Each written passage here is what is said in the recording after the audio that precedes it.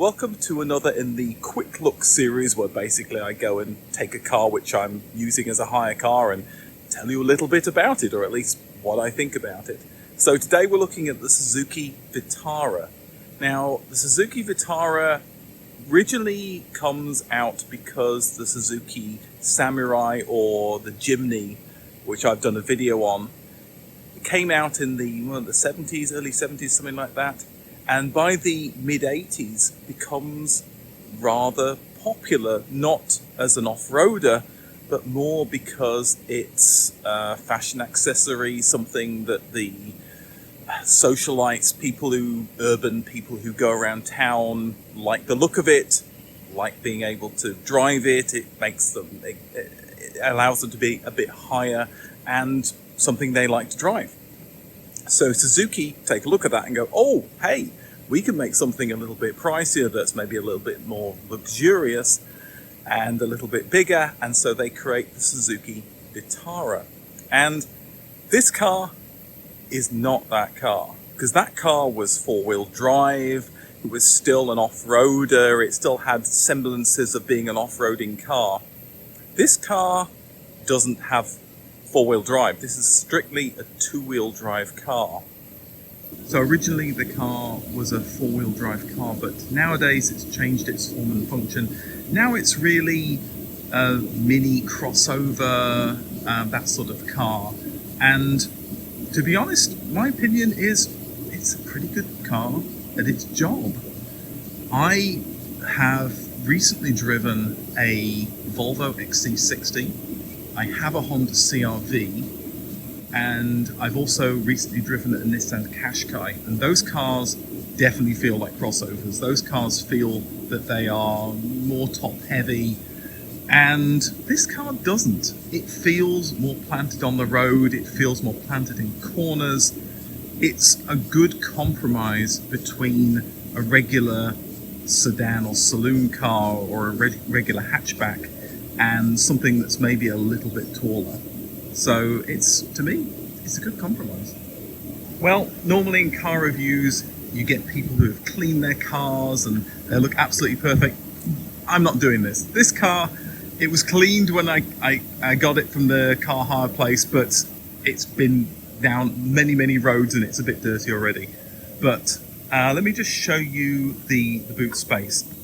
It's got, a good sized boot space. I went for a car that was a little bit bigger because we need a bit more space while we're on this trip, and yes, we've got like all kinds of rubbish in there.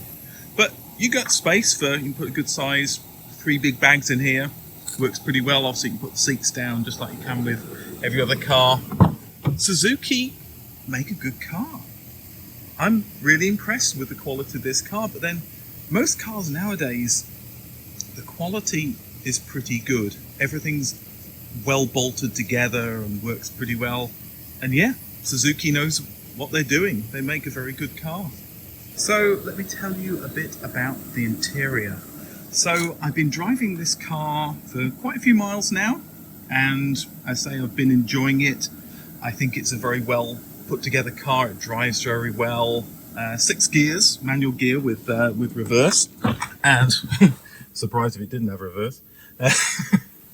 But the one thing that does annoy me about this car, let's just close this door, is you've got the start-stop button, which is fair enough, which is what all cars do now. Press the clutch, press the brake, turn the car on, and what's the first thing that happens when it goes on? The audio system comes on, and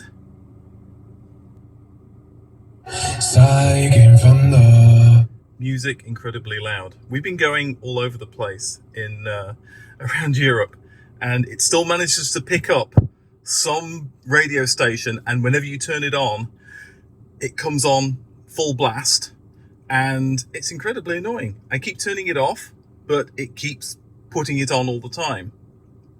We're using Apple CarPlay for what we're using, so we don't use anything other than that. But that's such a frustrating part of the car, to just be blasted with music every time you get in a car. I'm someone that likes peace and quiet, and that is not what I want. But everything else about the car is great. Great seats. Let's see, probably got, let me just get out, I can show you the seats. Yeah, seats, very comfortable, work very well. We've been going for, say, hundreds of miles in this car already, and very comfortable.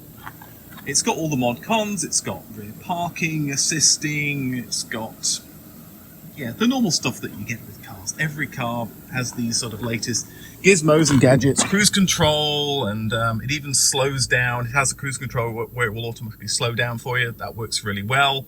It doesn't do auto steering, but then I wouldn't expect it to. And altogether, a really nice car. So there you have it, the Suzuki Vitara, a car that I would actually own.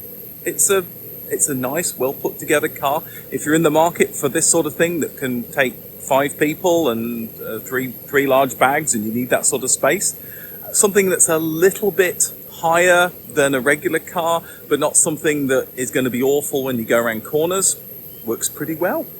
Very happy with it.